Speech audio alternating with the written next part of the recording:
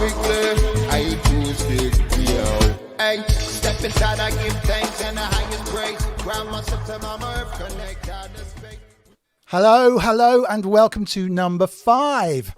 Number 5 is alive, coming alive at you in our wonderful Sunday afternoon, Sunday evening stream.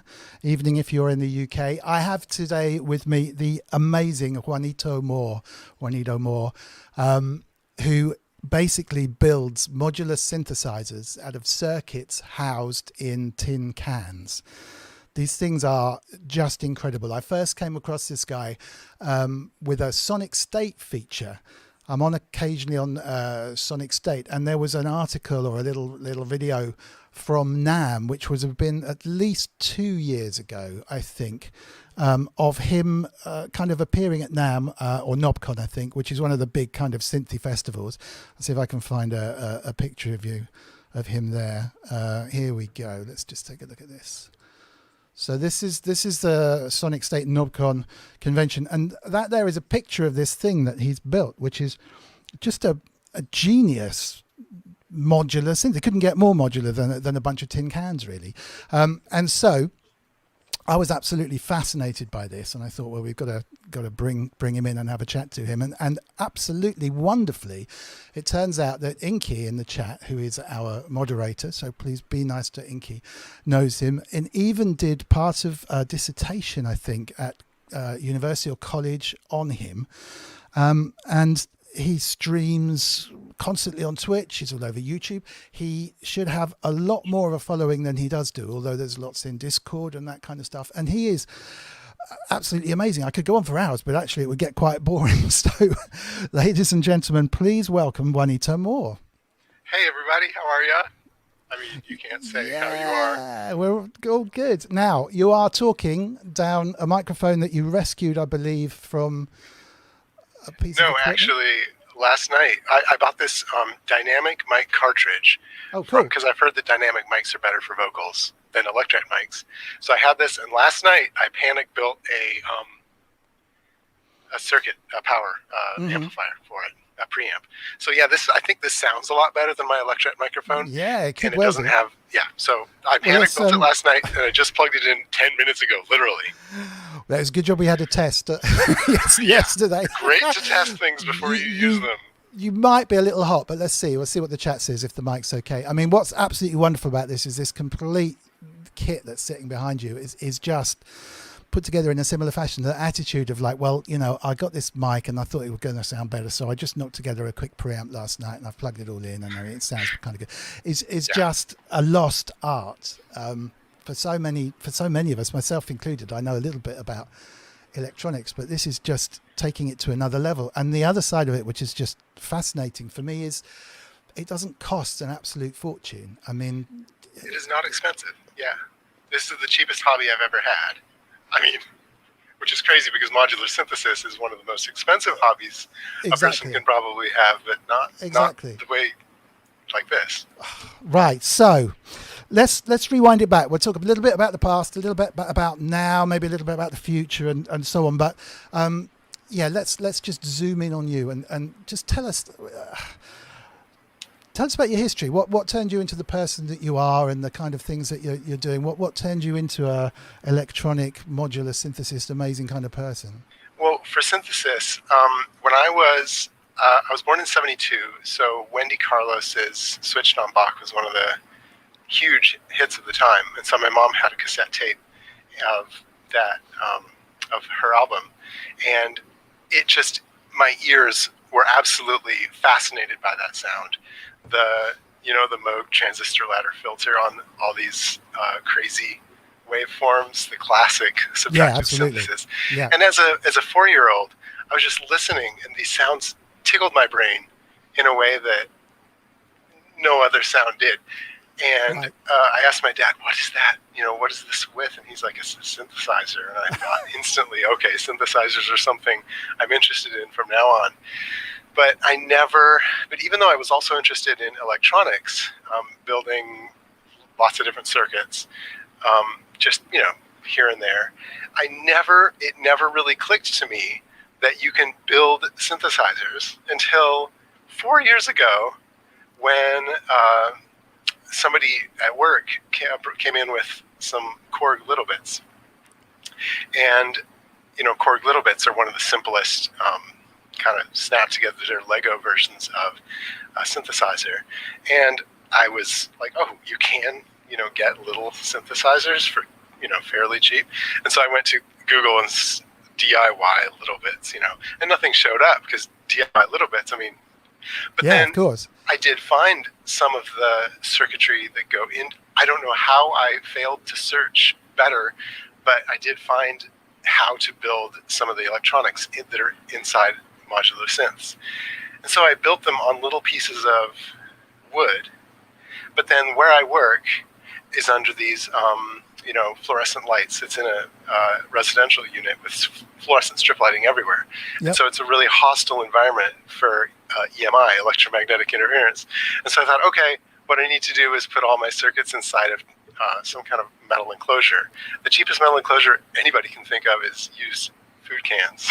So I put all my things inside tin cans. And then my plan was to have it be modular in the sense that you move everything around, because I heard the word modular, but I had never seen a modular synthesizer. Got you. Again, how did I not search this earlier and figure it out? I don't know. And so I have all these modules that you patch together by twisting pieces of wire that are sticking out. And I was like, wait a second, this is a musical instrument. It needs to be all connected. Your keyboard is always where it is. Your jog dial is always where it is. Yeah. So I thought, okay, I'll build a frame and stick everything into it. So I built this gigantic frame, and I had like 6 modules.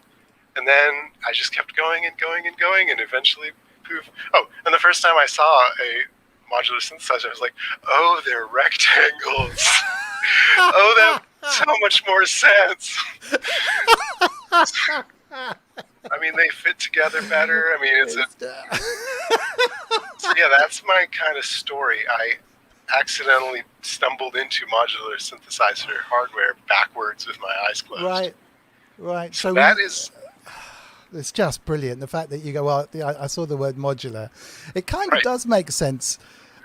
You see them square, but I really like the idea of being, round and hanging them on a board is kind of hard, I guess. But being able to keep them kind of lovely and pluggable like that is just so good, so good. What were you at school? Were you always into electronics? Was it the music driving it, or? Well, I have an art degree, so a 4-year degree in fine art. And that is reflected in some of the modules that are really pretty and stuff like that. But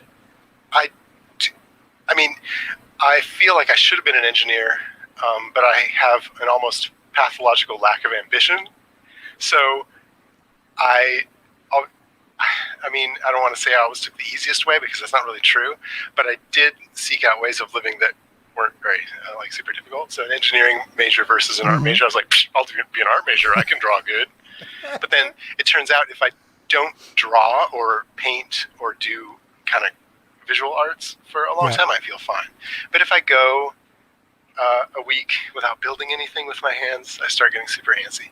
So got you. I should have been an engineer. That's good advice. Somebody should have stepped in and been like, okay, how are you gonna make money as an artist?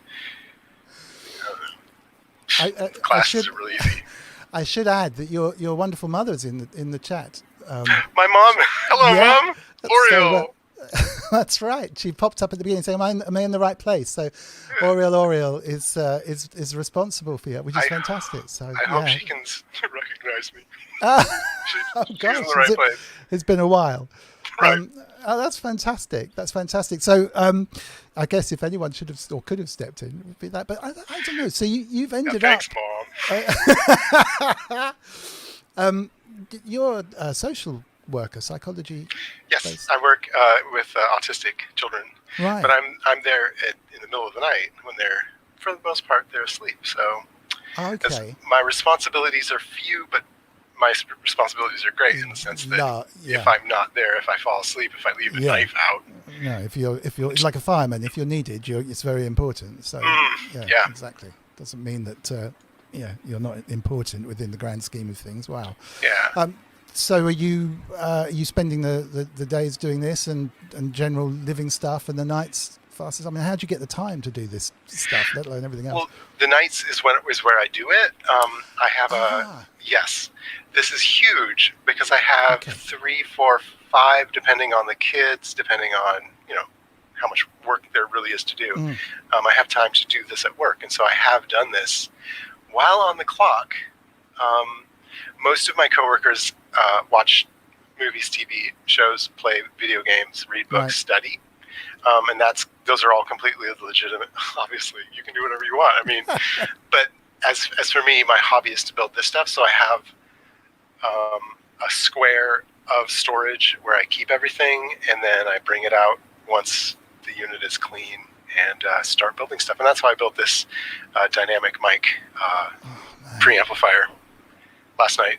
So yeah, that's how people who don't have this kind of free time, that's the main resource that this really does take up, is tons and tons of time.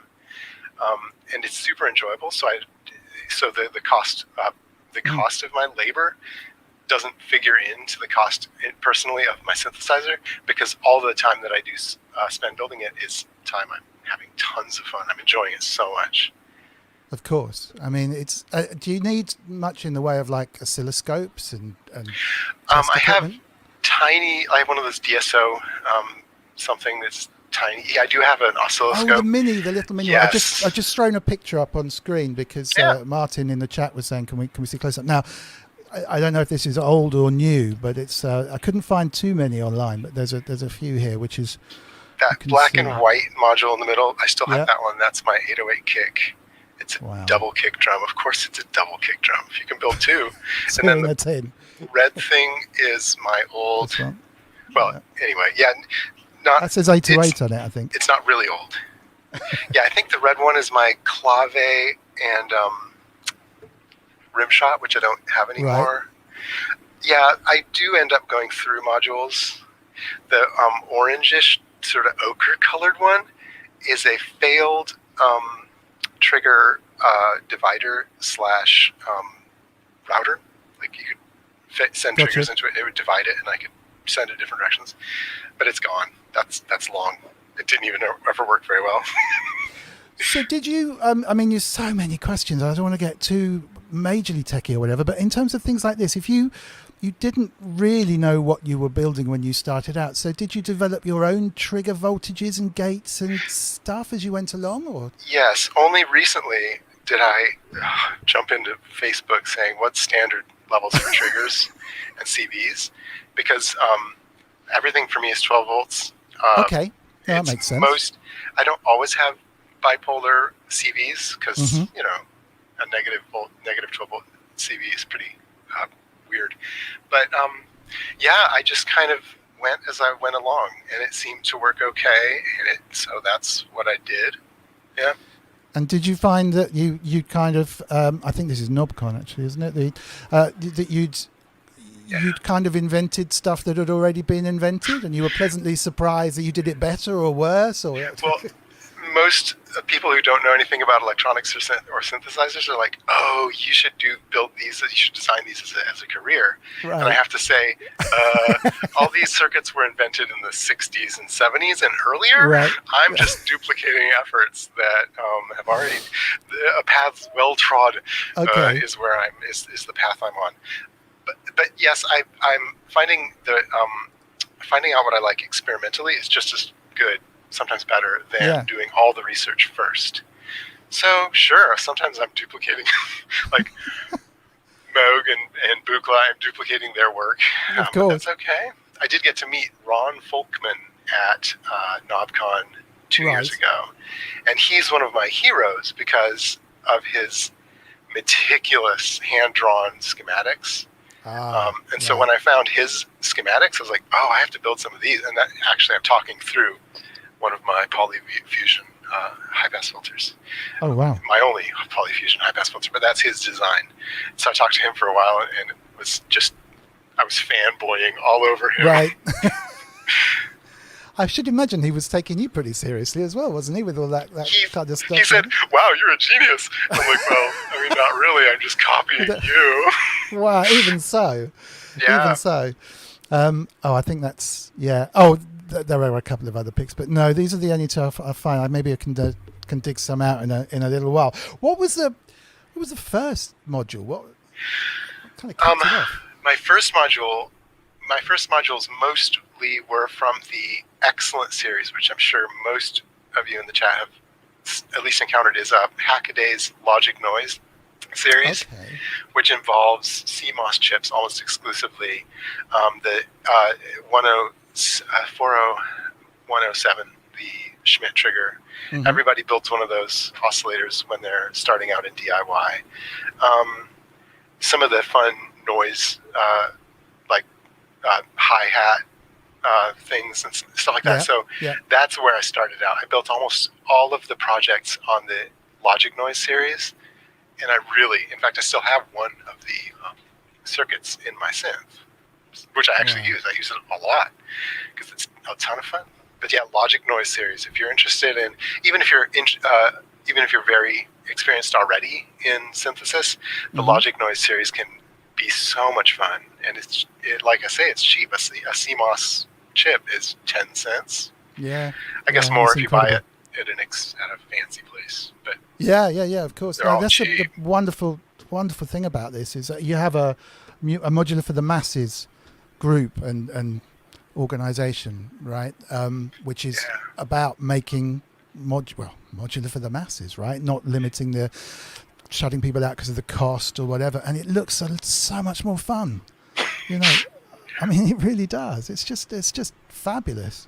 Well, I do imagine if I was financially independent and I could afford a whole Eurorack system or a desktop consoles, I still think at this point, if I could go back and start again, I would just start again, do it yourself. I so much enjoy the tactility, the fact that everything, I know exactly what's behind every faceplate, and that. So I'm like a person who could afford a Stradivarius. I'm not, but if I could afford a Stradivarius, but also have the skills to build my own violin, I would have chosen back then to build my own violin. Or my own silicone violin. It just makes complete sense because when I saw the Sonic State picture, and probably most people's initial impressions are, what is going on? This is absolutely crazy. But that's probably the same as the impressions you get the first time you might see a mixing desk or something, and you're just inundated with stuff. And then you notice, actually, there's a bit of color coding going on in there, and clearly they're modular, so you can break them down. I love the designs. I love the art background is obviously clear as well, because these things, not just the designs on the front of them, but the whole thing is a bit of an art experience anyway, I would say. The fact that it makes noise is just the icing on the cake. But yeah, I just absolutely wonderful. So you've evolved. I mean, this picture is obviously an older one, but have you evolved into kind of replicating an 808 or a 909 or a bunch of mishmash different drum sounds and so forth? How's it divided up? I also do have, in fact, one of the things that Inky and I talked about a lot was our love of electronic music and house in particular and techno down the line. So the 808 and 909 sounds and the 303 were huge touch points for me. When I finally built an 808 kick, I just was in heaven. I was like, this is fantastic. Right. And so some of those, even though I could theoretically design, I mean, the 808 circuit is so simple, but doing it the way Roland did it is important to me, like that. So I do have an 808 kick. I have the 3909, not 3909, but 909, the 3 cymbal voices that I built by hand, which I'm very, very proud of the 909 cymbals because they are complicated and genius. I mean, the person who did that. And then I have I've tried many times to get the 303 filter, and it turns out the 303 that has the actual original gangster transistors and stuff still doesn't sound all that good. My better one is a diode ladder filter based on a U-synth, I think. So, I mean, the concept is there in a few of my filters, but the original one turns out doesn't actually work as well as I wish it did. But that's okay. Now that's because components or well, my 303 with the actual original like a transistor 3 on a chip, or 2 transistors on one package, which has like 5 pins as opposed to 3. That was like $7 on eBay. So I paid $7 for 2 transistors. But yeah, the reason my 303 filters don't sound perfect is because everything that surrounds the 303 filter on the actual TB303 is so important for the sound. The envelope, the way the envelope's connected to the filter, and the resonance, the way it's handled, and stuff like that. Have you used a real 303 that much for comparison? Can you get access to that stuff? I touched a real 303 one time. I have a friend who has one, and I was entranced, and I was completely boggled, because this is a Fisher-Price toy. This is not, a world-class, universe-breaking synthesizer.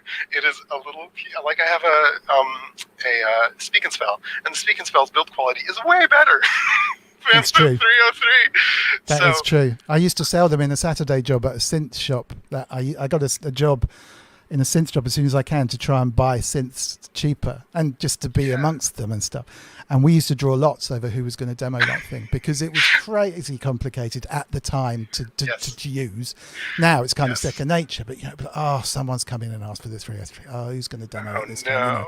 And to be honest, they weren't that inspiring. They were sold as a practice bass and practice drum thing, and then looking back on it, you're just thinking, oh, you were so wrong. You're so wrong. Well, I was recently talking questions about the 303, and I looked at the circuit, the schematic more carefully. Yeah. And just based on the user interface, I've thought for a long time that the 303 must have been designed on a Coke bender. The designers must just have had all weekend and been like, these are amazing ideas. These are all fantastic. But then I looked at the schematic, and there's a part where there's 3 resistors, 2 in series and 1 in parallel, making up one resistor value that is available. It's not like completely a strange resistor value. Right. And so that little insight was like, yes, it was designed by a bunch of people on Coke. So that was the confirmation. Oh, because how can that weird little box, which is almost user hostile with the way you have to set everything up with all these buttons and things, how can it be something that got brought to market? But it was, and Acid House, and is one of my favorite. Yeah, it comes up every now and then. It's like, so they sincerely believe that they were making an automatic bass guitar. Honestly, yes, a whole of the but rolling it's stuff. not an automatic bass guitar. That's absurd. It's actually harder to play as well. And I can't play bass, right? Man, learn to play bass. Exactly, or just do that. Let's have a quick hello to loads of people in the chat, actually. Thanks so much, everyone, for joining. And there have been some questions coming in, which is great. If you do have questions for Juanito, bang them in the chat, and it'll be fantastic, because there is this. We could just go on for hours asking just, what does that do and how does that work? Yeah. Rob Keane is in the chat. Now, he is a guy I wrote a song with, quite a successful song with, years and years ago. Welcome, Rob. Hope you're well. Asking you why you got into it in the first place, which we did kind of cover off first thing into the chat. But there were a couple of other questions, if I can find it. There was a guy... Oh, there's so much chat, it's whizzing past. There was a question about asking whether you considered making a monosynth or a more complete box out of modules. Like some kind of a console. Yeah. Sorry, I couldn't see who actually asked it. I don't know. I haven't really thought about that. In fact, actually, the first thing I did build was one of the first things I built was sort of a key button. Each key did a different pitch, monosynth basically. Oh, okay. But the filter was an LDR, light dependent resistor, so you have to cover it up to close the filter down. And it was really, really fun, but I thought there has to be a better way, and there are much better ways. So I think I just backed into a whole big modular synth. And it's It kind of makes sense. And it's kind of like a monosynth. I mean, it's not monophonic, but it is one unit. I can pick this up with this strap right here.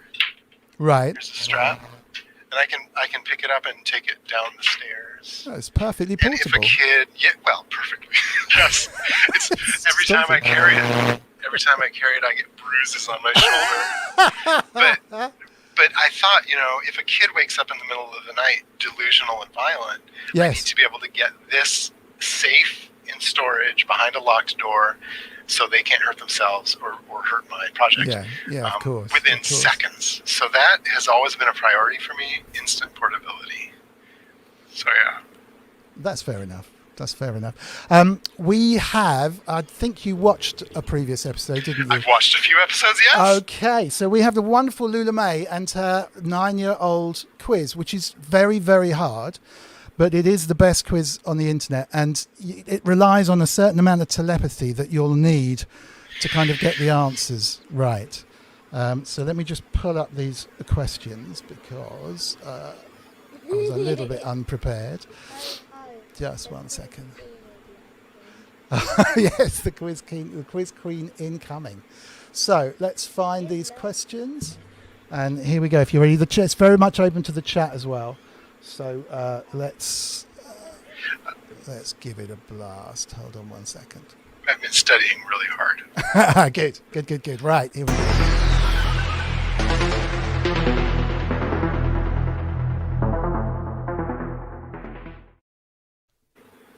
All right, welcome to the quiz.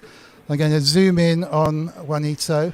And the first question, actually, no, you won't be able to see Loullamae, will you? There you go. Mic to Loullamae. How many steps have I done today? How many steps have you done today? In the U.S., where I am, it is 2:30. So over there, it must be 8:30. Oh no, we're in the evening. It's 7:30 in the evening. 7:30 at night. And we have I'm gonna say over. You look like an extremely active human being. So I'm gonna say 12,362. 12,095. Wow, that's brilliant. I was so close. Did you say 12,062? That is incredible. Yeah, 600. So I was like 700. And you was 1295. Brilliant. You were literally like 33 out. Just gobsmacked. And the whole of the chat is just like, what's going on? Okie doke. Well, should we have another one? All right.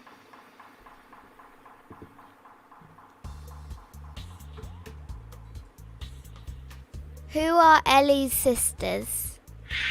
Ellie's sisters. This is Ellie. Oh, Ellie is the wonderful elephant. Yeah. Jarvis, which it occurs to me is a boy's name, and Wilhelmina, and she has 3 sisters. Cynthia. Synth. 3 sisters. I don't think that was right, was it? You know the sisters' names. Do you want to tell her to give us? Well, hang on. Let's just see what chat does. Chat's too busy saying how cool Juanito is. Mini and Mighty Gonculator. Wagyu, I don't think you're right. Nelly and Penny from Inky. I quite like that one.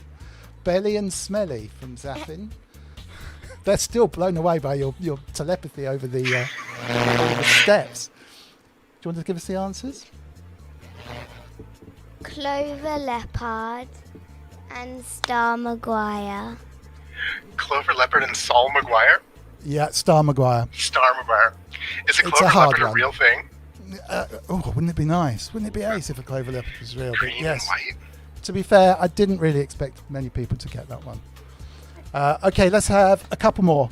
Come on, chat. You need to be able to get these. Give one that they might be able to get. How about? How couldn't they What get... is Frank the cat's favourite colour? Yeah, this is good. Frank, favorite color. Well, I'm going to go with generic blue. I feel like that has to be it. Chat. I have to open it to the chat. Yeah, Actually, that's probably where the telepathy was. That's Loullamae's favourite colour. We got reds and blues. Another blue, purple. No. Actually, can cats see in colour? Oh, it's a cat.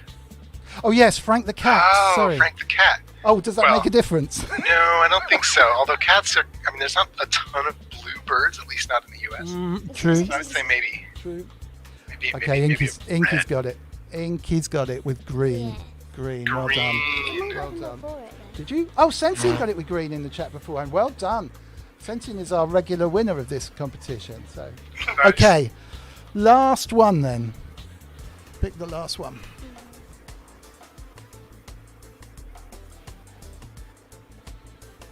How many people on my how many people are in my class at school? My impression of the British schooling system is a little higher than my impression here. And in the United States, we have 30 to 40 kids per classroom. So I will say 26. 26. Leave it to the chat just for a bit. We've got 24, 17. Two off. No, no, these are your answers. Okay. chat answers, yeah. 34. Not quite. No one's quite got it yet. 22. Sentient's was the the closest. Should we give it to Sentient again because he just deserved it? Yeah, 22. Really, really well done. 21. It's 21 in total, but we'll give it to Sentient for being closest. Yeah, does that work? 21, that's even better than 26. Yeah. Small class Small sizes. class sizes. It depends. Goes from school to school, doesn't it? Some are Yeah, smaller it than does, others. sure. Yeah, definitely. We're in the countryside here. Wow. Well done. Thank you so much. Round of applause for the wonderful Loullamae's 9-year-old quiz. Thank you. Lovely to meet you. Thank you very much. I'll see you later on. Take it easy. Well done. Epic. How cool is that? And Sentient again kind of wins the chat round. But I have to say, the steps you've got. We have to do this every day. When Loullamae comes back from school, I try and guess the number of steps. I've never been as close as that, and I had literally days of practice. Days of practice. That's right. Cool. Well, thank you for that. Lightens up the load a bit, and it's just really neat getting Loullamae online, which is absolutely great. Maybe if we can look to the future a little bit. Yeah. Do you think about the future that much, where you're going to take things? I do. I would love to. Well, I mean, I've just over the past 2 months, started streaming on Twitch, which is. I mean, I've been jamming for a long time, but I usually will just record it and listen to it later. Mm-hmm. But then streaming on Twitch isn't the same as jamming because you're interacting with the chat at the same time. And that sense of community and being in a room with a bunch of people and everybody can talk to you, even though it's really noisy. Right. That's fun. That's neat. I would love to develop my improvisational skills and the machine to the point where I can do live gigs and go to. I mean, I don't imagine going anywhere fantastic because it's a little bit of a niche interest. But playing at a bar or two in town I would love that so much. It would fill me with joy. I did get to play a couple times twice at NobCon. And there, of course, they have I think it's Danley Sound Labs, the guys who started the multiple entry horn speaker design. Anyway, okay. That's the system they have there, and it's just unbelievably good. And so the bass is shirts going like this. Wow. Like this noise is being made by my synthesizer. But I've only done that twice. I've played in open mics, but a little teeny bass bin sitting by the bar is a completely different thing with all of its noises and resonances and stuff. So it wasn't very rewarding, not as much as NobCon, where they have geniuses on the sound system. Technically, do you have kind of one jack that comes out the back of the whole thing, or are you running into? Yeah, the wire that it's plugged into my computer with is the same wire. It's just a headphones, Is it? Wow. An auxiliary 3.3 millimeter. So you are kind of pretty set to go, right? I mean, yeah, very much. The biggest issue I've had at NobCon was, do we have a adapter to go from a the quarter jack inch to XLRs or something? Yeah. stereo tip ring sleeve? Yeah. Wow. And But once power it's wise, plugged have you batteries or mains? No, power-wise, I use 2 cheap switching power supplies. They're from AliExpress. They're 6 amps, and so 2 6-amp switching power supplies.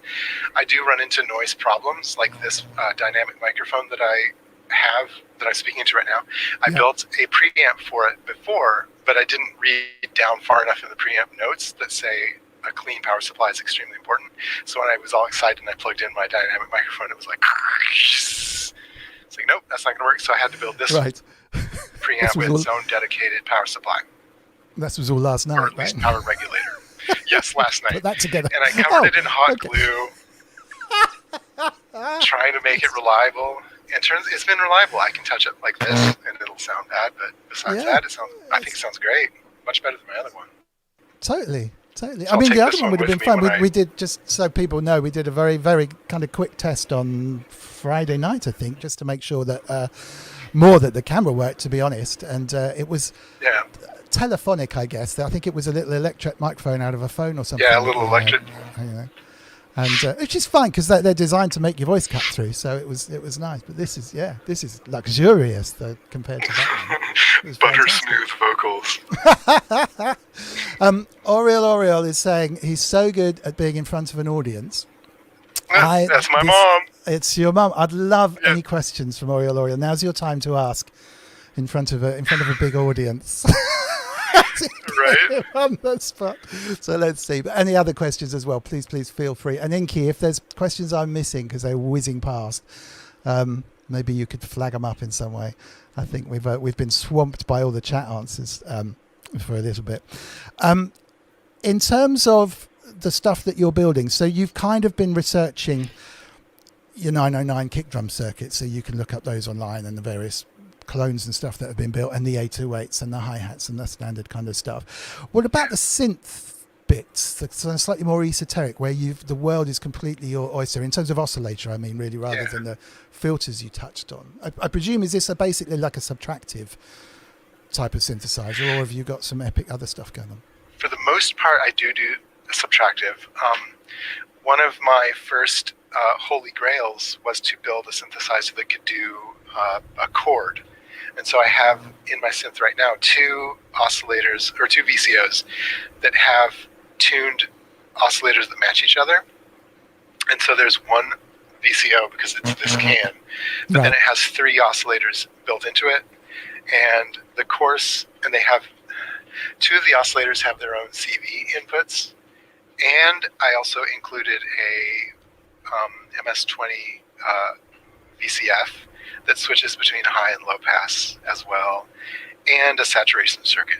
So one of my things that I'm free to do, since I'm doing this all, in tin cans off the top of my head, using not full off the top of my head, but is I don't have to have everything always just be in a patch chain. I can include the patch. I can include 2 or 3 modules into one module. I have one that does use a wave folder, 2 wave folders, and that's sort of like additive, since this is not FM or exponential or linear FM, but it is sort of an additive because it has crazy amounts of. So no, I mean, and it turns out that sometimes I forget about some of the features and only come back later, and I was like, oh, I remember this, the wave folder. If you are looking for a DIY project, the Lockhart wave folder is incredibly rewarding. It's 2 transistors, a handful of resistors, and an op amp. And you can take a sine wave, which is, if you can get a pure sine wave, that's amazing. Mm-hmm. But it's, unless you're talking about an 808 bass line, a sine wave isn't terribly useful. Put a Lockhart wave folder onto it, and it becomes magical. You can sweep through these crazy frequencies and sounds and overtone or harmonics. I was going to ask about a fave kind of modules and that kind of thing. Sensian, who always wins the chat, so he gets to ask any question he wants, has said, did you make the 808 hats? Did you use the 6 square waves band pass to high pass? The 808 hats, which I just recently took out of my system, yes. I used it's 6 oscillators, which I didn't have the resistor values or the capacitor values for them, so I just tuned them to Roland's specified pitch. So I meticulously trimmed them with a little screwdriver to get the right pitches. But yeah, no, that's a great sound. I wish I had room for it. I need to build a smaller one and put it in somewhere, because the 808 hats are fun. Yeah, absolutely. Would I be putting you on the spot to ask to hear something as well in a second? No, of course not. I was just going to say that we never really discussed playing or chatting, but it would be really cool if you could kind of take us through, if I can zoom in on you, take us through what you've got. My only other question before you kick it off was just the practicality of a tin can. Is this a tin can that I would use a can opener to cut the top off? Yes. One of the first steps, which I would not have been able to continue without, is this can opener that leaves no sharp edges. Right. So we have a can opener that cuts the edge of the crimp, and so the lid, when it comes off, is safe to touch, and the can itself is safe to touch, and they fit back together very nicely. So I use some of the really sticky glue that everybody probably has one tube of, and use that to stick the modules lids back on, and it turns out to be really, really sturdy. A few of my modules have face plates that'll pull off if I pull it really hard, but I got rid of that hum somehow just by touching something. Yeah, that was great. It's really cool, actually. You don't realize it's there till it goes. Isn't that the way it is? That's what's so lovely about techno, is that you'll be listening and you're like, oh, this is so great, and then they'll take away a sound, and you're like, oh, it's even better. Love it. Go for it. I'm blown away by the tin can thing, because I was immediately thinking, what about your fingers? All right, I'll shut up and let you take us through what you've got, which would be wonderful. Thank you. Well, if you pop in from now and again, I don't want to just lose myself, because I can go. Oh yeah, no, cool. Just almost like take us through what you've got. Sure. And I'll stay on the microphone too. That would be great. Here is my Mutable Instruments braids, which, thank you, Emile, for making everything open source.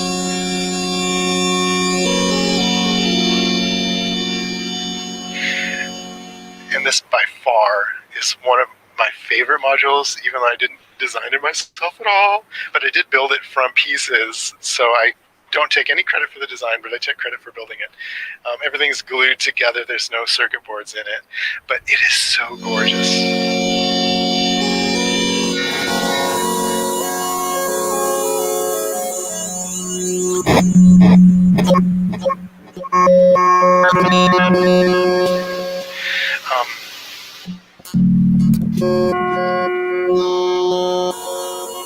It's going into there's a circuit called the 0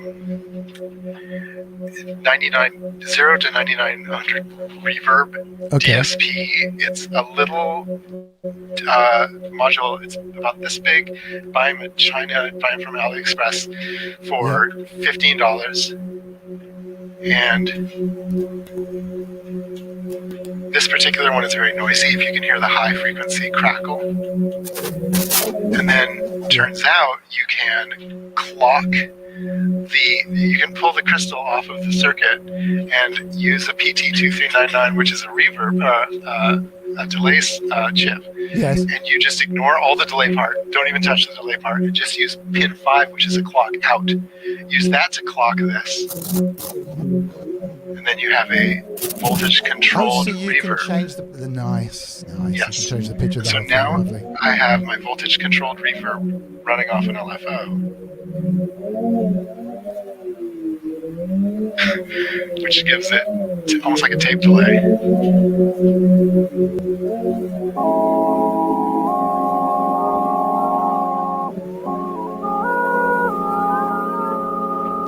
Oh, that's cool.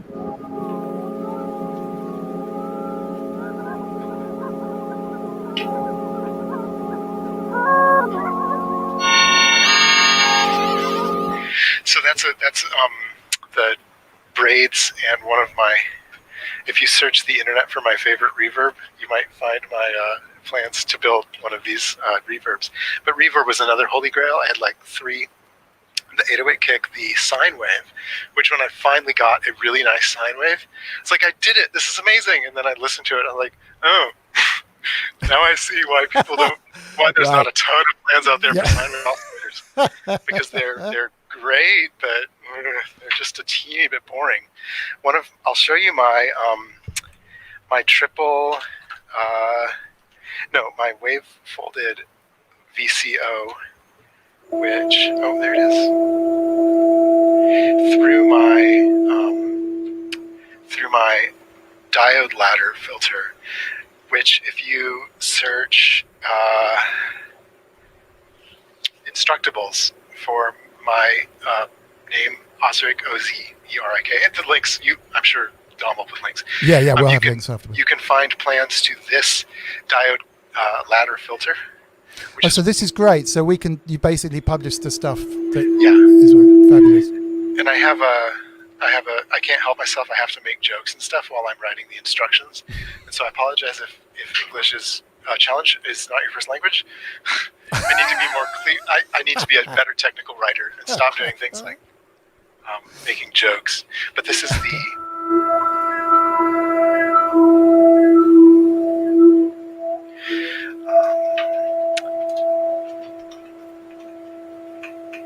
I'll plug it into a pitch.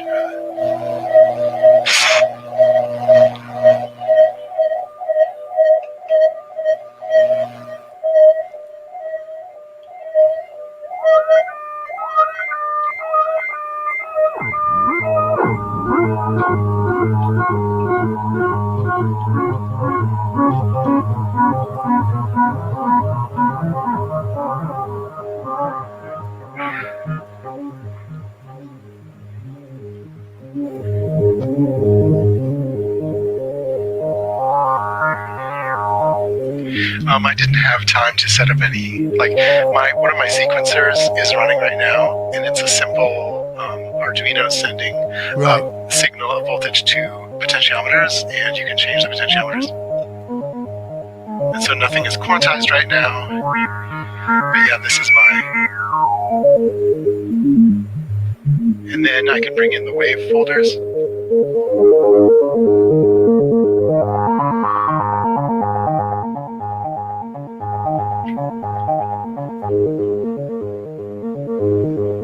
It's just brilliant. You're not seeing the chat, but just so much respect.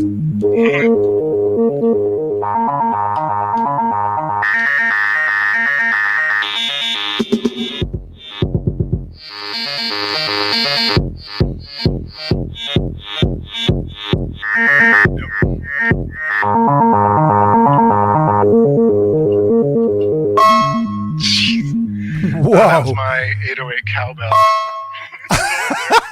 That's loud. Were you just tapping the sequence into the Arduino thing then? Yeah, I was watching you do? This is my current obsession. Unfortunate.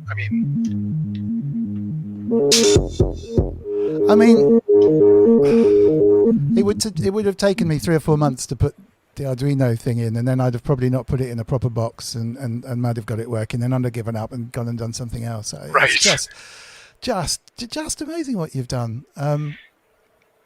There's a Sonic Link in the chat was just saying he's taken 2 months to get his Behringer 2500 oscillator. How many modules could Juanito build in that time?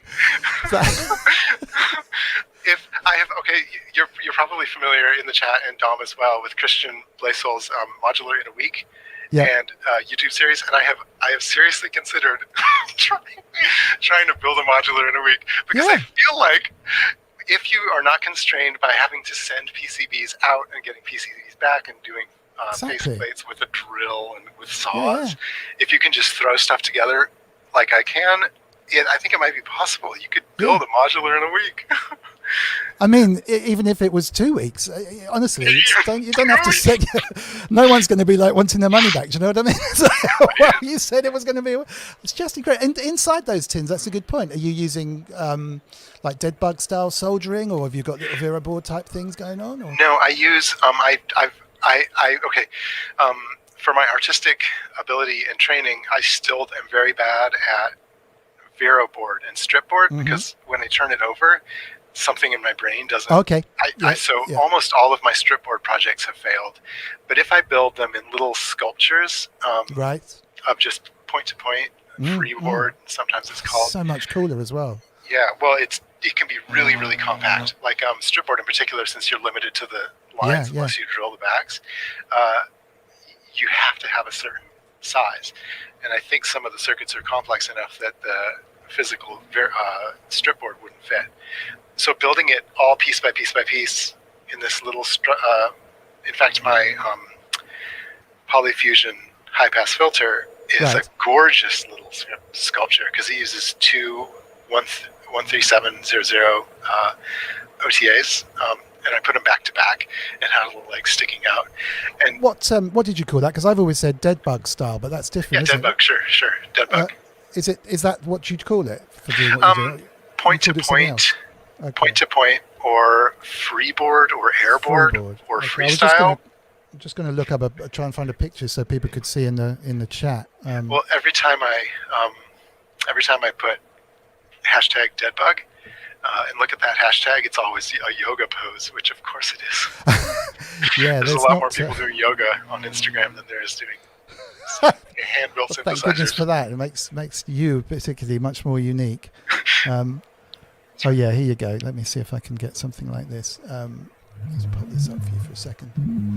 All right, so Juanita's talking about something like this, which is basically wiring the components up literally direct to each other, which is just crazy. But you can do some really, really nice stuff. That's probably not a fabulous example, but it's still cool. Yeah, I didn't build those things. No, I did Juanito's dead bug construction. This is probably kind of cool. Do you end up microcontroller? Yeah, it looks like it. Do you end up opening them up a lot, or once it's done, it's done? No, they're surprisingly very reliable. I've only seldom had modules break. In fact, once I turned it on and was playing with it, and smoke started coming out of one, and I never even figured out which one it came out of. Well, it's still there somewhere. Sure, to this day. It might still be in there. And some of my mixers, in particular, using NE5532 op amps, are a little bit unreliable. I found those chips. Maybe I'd buy cheap. Maybe I know for sure I buy cheap ones on AliExpress. So I might be getting binned chips that aren't really all that great. So sometimes they explode and smoke, but since no big loss because I can just tear it apart and build it again. Tech question from Zafin Music. Did you use a Vine or Wine Bridge oscillator to generate the sine waves? Did I use what? Vinyl? W-I-E-N. Vine Bridge, I've always said, but it might be pronounced Wine Bridge. I think so. The sine oscillator that I got, maybe not. It was two transistors in a current, not in a current mirror, but face-to-face. It was the Thomas Henry 555 VCO is the one that has a sine shaper that has symmetry and sort of amplitude. Okay, cool. So you can amplify it to be a square wave or have it be a triangle. So it shapes a triangle into a sine. To a sine. Okay, so you start with a triangle. Cool.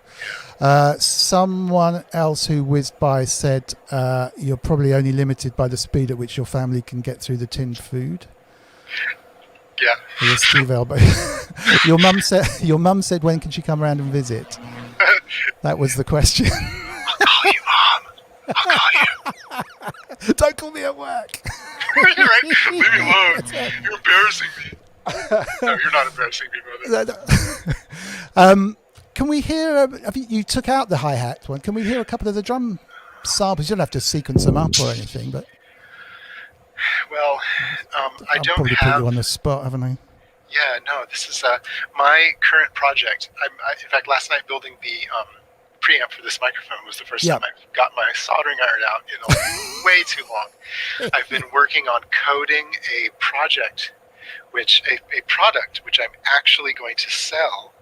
Oh, fantastic! It's this thing right here, which is weird because it's a rectangle. Oh, wow. It is called the EASYEIGHT. Yeah, perfect. EASYEIGHT hack, is uses- that HT? What? Nice. It uses Cherry MX key switches for the switches. Which are the really cool gamer keyboard key switches, aren't they? So they're really fast, responsive. Nice idea. And the reason I built, well, I've been also chasing a drum sequencer, trigger sequencer for a long time. And so I built, Look Mom No Computer, his big button trigger sequencer, which was great, but it had some weird limitations, like it couldn't do swing, and it was only 6 channels. And so pretty early on, I built an 8-channel trigger sequencer based on a similar idea. And I've been developing that idea for a long time until I built this 8-channel, 8-button trigger sequencer called the EASYEIGHT. And that's what I'm using. And so that's what I've been programming. I've been obsessively programming it. And I'm not a programmer. I'm just learning. Is that like an Arduino based? It does. It does use an Arduino. In fact, it uses every single pin of the Arduino. I'm a little bit proud of that because I use the Arduino Nano has 2 extra analog in pins, which are useless for anything else. And I use those 2 as well. And I use the serial in and the serial transmit and receive, which is very poorly. You're not supposed to do that. That's a bad idea. But it seems to work out okay. But yeah, the release date on that, it looks like the hardware's finished. I'm still just working on the code, and we're going to just, me and my partner who designed the PCB, we're just going to be selling them out ourselves or sending them out ourselves. I'm not distributing it through any place, I don't think. Right. No, again, I am pathologically not ambitious, so I would be happy just fiddling about by myself, but this is good enough that I wanted other people. In fact, and it is open source. You can build it yourself. Oh, superb. It's on GitHub. It's such a guy. We talked to Aaron Courts last week, who makes SCAT delays and reverbs. I listened to that. What an incredible man. He's so smart. You and he both, because it's a very similar concept. He's slightly more down the line commercially, but you know, the same attitude of like, no compromise. We're going to build this. We think it's going to work. Let's just get something out, which kicked the whole thing off. It's fantastic. No, honestly, totally on another level, as Sonic Link just said. Absolutely brilliant. Oh, great. This is the 909 Ride, 909 Crash, which I used the wrong potentiometer, so it does this. Gets really, really.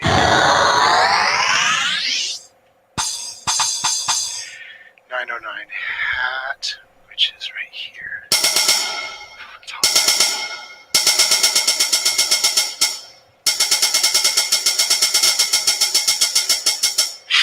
It is my unquantized.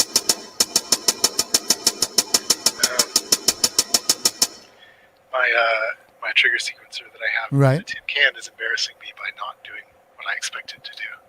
That's half the fun. But that's okay. Exactly. I need to flash it with the new firmware. Oh. Is that a sample? Or yes, this is I was going to say, you're pushing it with the tin can like that. Oh, here it is, okay. I guess I just have a really long sequence length so trigger sequencer. But no, this my most expensive module by a lot is based on the Robertsonics or SparkFun wave trigger, right? Which I have. It's brilliant. It's in the background, which is $60 for a little circuit board, which has a STM F407, I think, and a SD card reader and some audio circuitry. And so I built that module, which has an Arduino controlling the SparkFun wave trigger. And it's so rewarding. It's so much fun to play with because I can, let me see.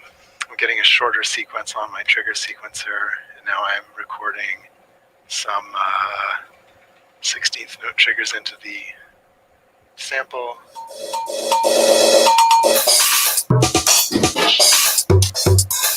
Sounds really good, really organic. So I spent a night just watching YouTube, recording everything I watched with Audacity, and then I chopped up the samples.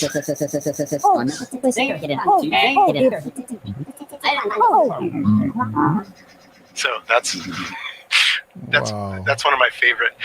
Yeah, some of my favorite modules turn out to be totally designed by other people, like the mutable instruments braids and Yeah. the wave trigger. But I mean, the peripherals.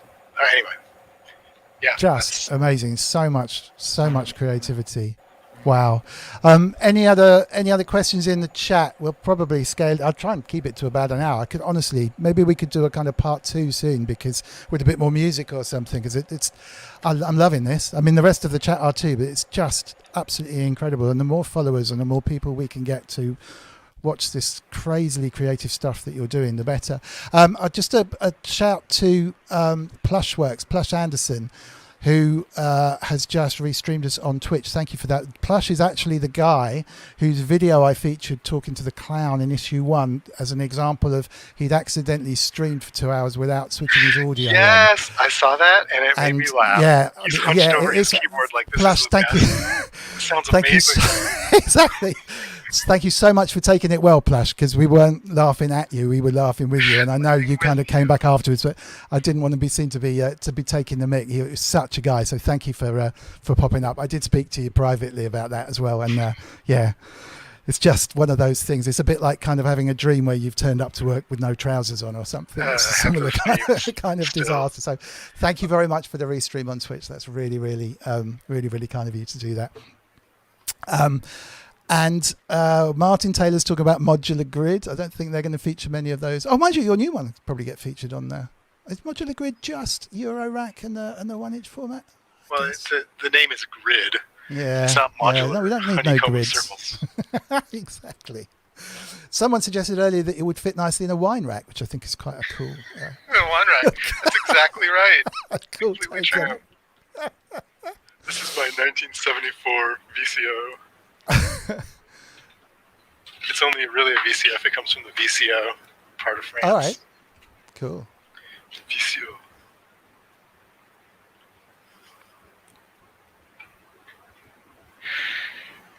One thing I wouldn't mind talking about really quick is my kick chain signal chain. Well, signal what I was going to say was, if you've got tips and ideas, I mean, we love that stuff. You don't have to give anything away, but yeah, anything that you've found or is inspirational, we'd love that. This is my 808 kick, and I will describe the. It's not hardwired, but it is permanently patched. So first, it goes into a compressor, which I don't know. I don't have much experience with compressors really, but it seems like if they're plugged in a certain way, they can almost become saturation / distortions, which is what I think is going on with this. And this is one of the oldest modules I have in my system, this compressor, and so I'm not even sure if I built it right. But first it goes to a compressor, then it goes into a high-pass voltage-controlled filter. And my friend who told me about the high-pass filter first in the signal chain after the kick drum blew my mind. I'm like, why would you high-pass a kick drum? Well, but it turns out you can bring up the resonance, and as long as the filter can open up enough, you can bring in like that. I mean, that's a little extreme. But once it can self-oscillate, you can tune. I should get something better. So even though this kick is actually very short, it's actually just sitting there humming away in the background. Yeah, the resonance is just, wow. And then you can do the low cut, obviously. Yeah, sorry about the non-pattern. And then it goes into a low pass filter, a simple MS-20 low pass. So that gives you the range of sounds. Wow.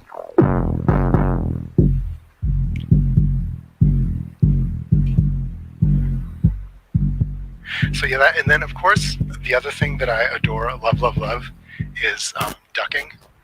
So you can probably see lights that go with that's an envelope follower, and that envelope follower on the kick, dedicated to the kick, feeds 1, 2, 3, at least 3, maybe 4 VCAs that are built into my mixer. Right. So when I do this,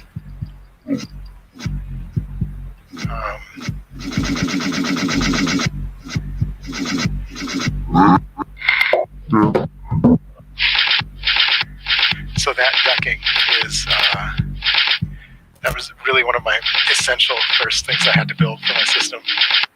So that's just ducking out with a one input signal across a load of other channels. Yeah, sidechaining. Awesome. Yeah.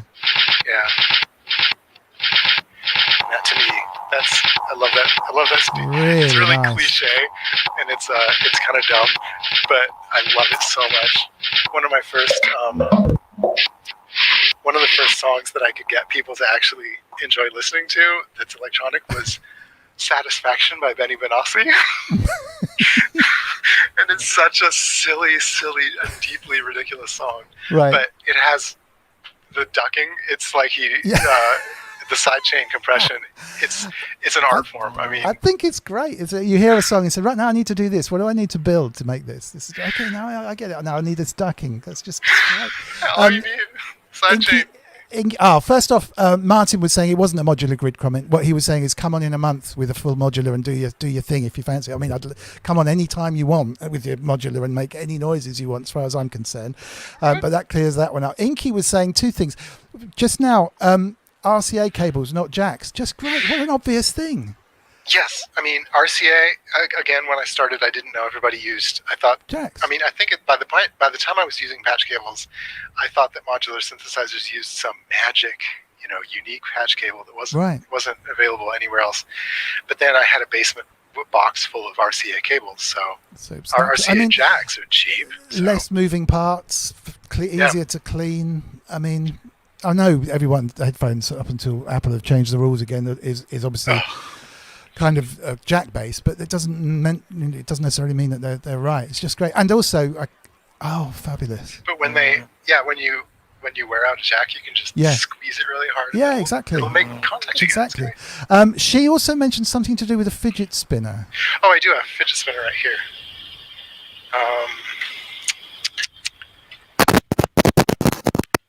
Oh my word! Sorry about that loud noise. That's all right. It's getting compressed, I think. That was incredibly loud.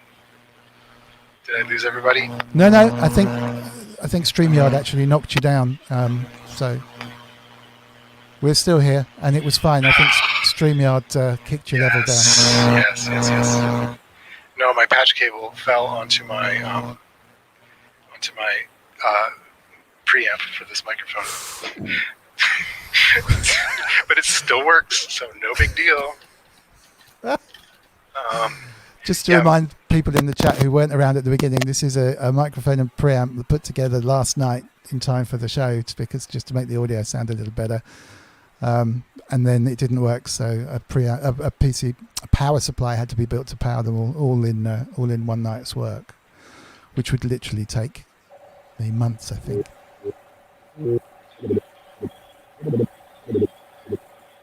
Because I think your fidget is slightly off screen, but oh my word! Wow! And there's 2 outputs, and they're slightly out of phase with each other because of the way the fidget spinner rotates. And so sometimes I can get the cutoff, I get it controlling 2 VCFs, and I can actually get some interesting complicated formats like the yow yow yow. I mean, this is a simple wah wah. Wow! So it's not really acoustic LFO, it's an opto-mechanical LFO. So it's just breaking an optical beam. Yeah. Wow, I just lost myself for a moment watching that thing spin around, listening to that. So just amazing. I have a local musician, a local electronic musician friend, and he says I should build big levers and stuff so people in the audience can see. Well, I mean, look, I'm no computer. He's such a showman, and he has true. And I mean, I'll just end up sitting hunched over my system, buried in what I'm doing. But if I had a big old lever like a train there's something switch. about talking to you on that screen that makes me think of Fifth Element. I think there must be a scene in Fifth Element where she opens up her vid screen and she's sort of slightly out there somewhere with some stuff going on in the background, and it kind of looks like we're in a sci-fi movie, and I'm trying to send someone to rescue you on another planet, and you've got like, this is what you've managed to get together to open up our communication channels, you know what I mean? Right. It's like, it's okay, we're going to come for you, man. So, but I've wired up my fidget spinner. It's just brilliant. Like E.T.'s speak and spell. Yeah. I think that's just incredible. Absolutely incredible. Wow. I mean, what we're gonna have to stop because other people are going to start streaming in a minute, and everyone kind of jumps ship. But man, what an amazing thing! Thank you so much for your time. I'm just absolutely blown away by the whole thing, and I'd love to get back together in a month or something and just do something a bit more specific about making the sounds themselves. Just incredible. I'm up for it. I will put links under here about the stream. The main place to find you, if you just want to give anyone a go look for me here, is Facebook Music Modular for the Masses group. Would that be right? Yes. If you request to join there, I will definitely approve everyone. Yeah. But I'm more active right now on Discord, and I'm trying to Twitch, to stream live on Twitch every Monday, local time, 3:00. Okay. And the channel name on Twitch? Tin Can Synth Jam. Tin Can Synth Jam on Like Twitch. my Tin Can Synth. Absolutely. I've been calling you the Tin Can Synth Man, so I'm just the brilliant. person. Honestly, so I'll add all of those underneath it, but not everyone comes back to watch it again. So please, guys, go and either look him up on Discord or actually just search Twitch for Tin Can Synth Jam every Monday, or just pop me a mail or a comment under here or whatever. We'll get you through. And yeah, just an absolutely amazing. I've completely forgotten to flag my stuff or do anything. So if anyone does want to support the channel, it's kind of preaching to the converted. So we're most of the people in the chat have already bought it, I think. But if you do want to support it or you want to plug in, go and take a look at mrwiggly.co.uk. I have a plugin called Incinerator, which actually sounds mighty fine. Not as fine as some of this stuff, but mighty fine. 20 quid, go and check that out. That supports me and allows me to do this stuff. And please go follow Juanito on everything you can possibly find. If you just search Juanito Moore, Moore is his real name, Google will chuck up a whole load of links. Juanito is Juanito, Juanito, and we'll put the links afterwards. And I think that's it, to be honest. I can't think of anything more wonderful. What a fantastic Sunday. Thank you so much for taking the time. Yeah, and Oriole, you should be very, very proud of your son. He's an amazing guy. Well, thanks, Dom. I'm so happy that I got to do this, and I'm up for anything in the future. Oh, well, that would be great. Thank you. Thank you very much indeed. All right. Well, thanks to the chat for taking part. We will see you all again this time next Sunday, 7:00. And hopefully we'll see Juanito again very soon. Take care. Thanks for everything, and see you next week. Thanks very much indeed. Bye.